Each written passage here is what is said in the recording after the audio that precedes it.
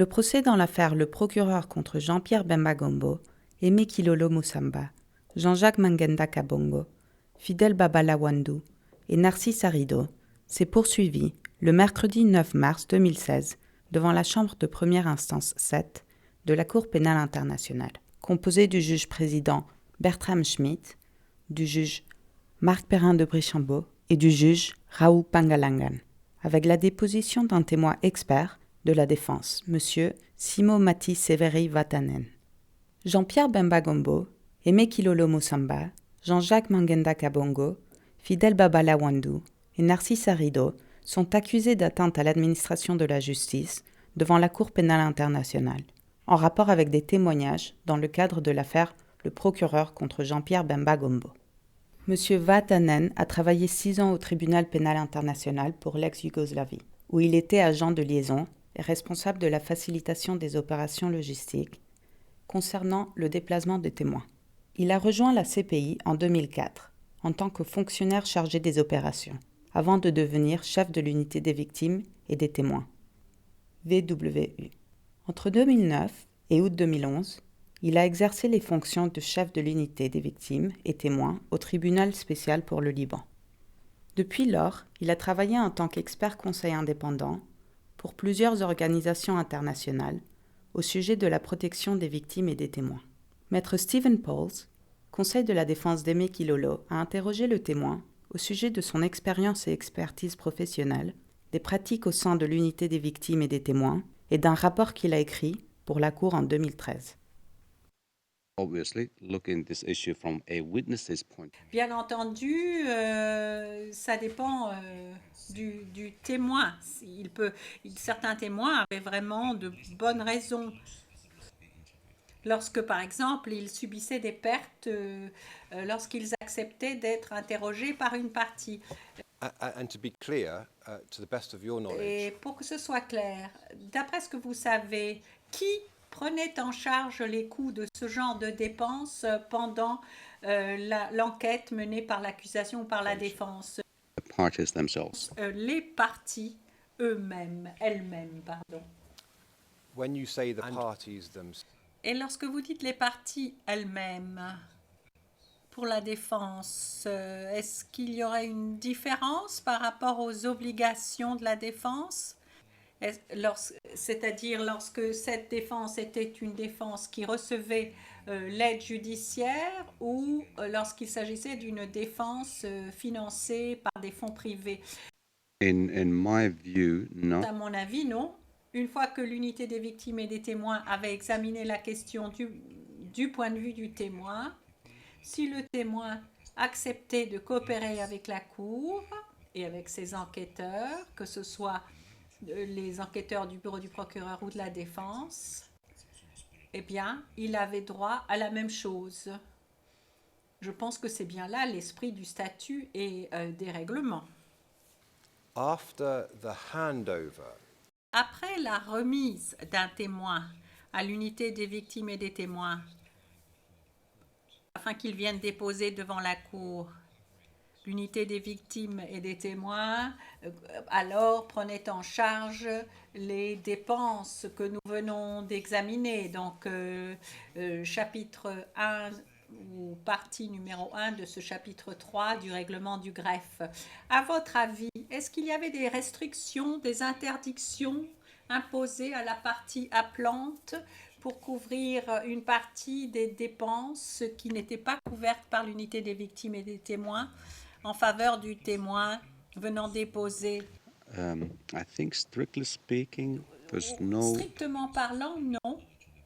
Mais une fois que le témoin était remis à l'unité des victimes et des témoins, à ce moment-là, la personne était sous la protection de l'unité des victimes et des témoins et tout contact avec une partie, eh bien, ferait l'objet des ordonnances d'une chambre et la partie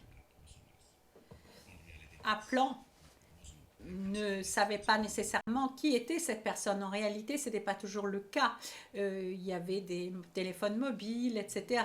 Mais en principe, ça aurait dû fonctionner comme ça. Obviously within the time frame Eh bien entendu, nous parlons de l'époque où vous vous trouviez à l'unité des victimes et des témoins.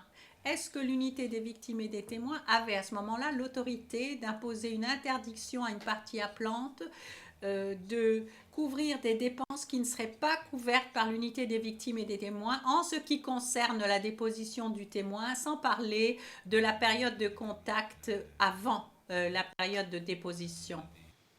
No, in my mind, the VW didn't. Non, non. L'unité des victimes et des témoins n'a pas ce pouvoir au titre du statut ou du règlement de procédure et de preuve. Elle ne peut imposer une interdiction. Would the VW necessarily even have known? Est-ce que l'unité des victimes et des témoins était toujours informée du fait que le bureau du procureur ou l'équipe de la défense finançait certaines dépenses supplémentaires pour un témoin? Not necessarily.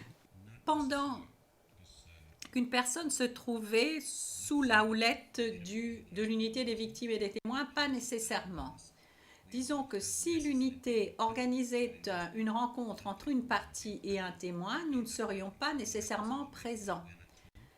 Et on ne sait pas donc exactement ce qui se passe pendant cet entretien. Si nous ne sommes pas présents, nous ne sommes pas forcément informés de ce qui y est fait ou dit. Les questions concernant le rapport ont été abordées en session à huis clos partiel.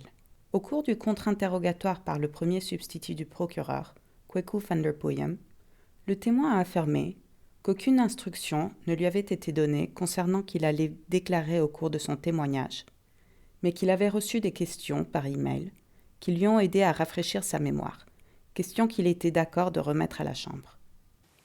If the defense were to pay witnesses money, Je vais poser la question de manière hypothétique. Si la défense devait faire des versements aux témoins d'argent qui ne sont pas de sommes d'argent qui ne sont pas justifiées ou qui sont considérées comme des cadeaux pour les aider, comme des faveurs ou comme de la corruption, est-ce que ça ne pourrait pas être nocif pour la mission de l'unité des victimes et témoins en tant que prestataire de services indépendant du greffe? Well, regardless whether a witness Eh bien, que le témoin ait reçu de l'argent ou pas, cela ne devrait pas avoir d'impact sur la manière dont l'unité le traite en tant que témoin. L'impact de ce comportement ne porte pas vraiment sur l'unité, parce que l'unité est obligée, quoi qu'il en soit, de fournir un service équivalent à tout témoin qui vient devant la cour. Je pense que son impact, l'impact d'un tel comportement se ferait ressentir ailleurs, pas sur l'unité des victimes et des témoins. what is the VW's obligation Alors, quelle est l'obligation de l'unité si une telle information lui était fournie? we should Il faudrait que bring nous that attirions l'attention de la Chambre à ce sujet. Why? Pourquoi? because Bien parce que cela contrevient à la bonne administration de la justice. Why? Pourquoi? conduct that is not permitted. Parce que ce comportement n'est pas autorisé. Let me ask you not about Je vais vous payments. poser des questions non plus sur les paiements, mais sur d'autres types de comportements, sur lesquels la Chambre a également entendu des éléments de preuve. Vous avez parlé de la remise, n'est-ce pas? Donc c'est une période de temps fixe. Yes. Oui. And that's when a witness Lorsque le témoin est amené sous le contrôle, la garde de l'unité pour sa déposition. Exactly. C'est exactement.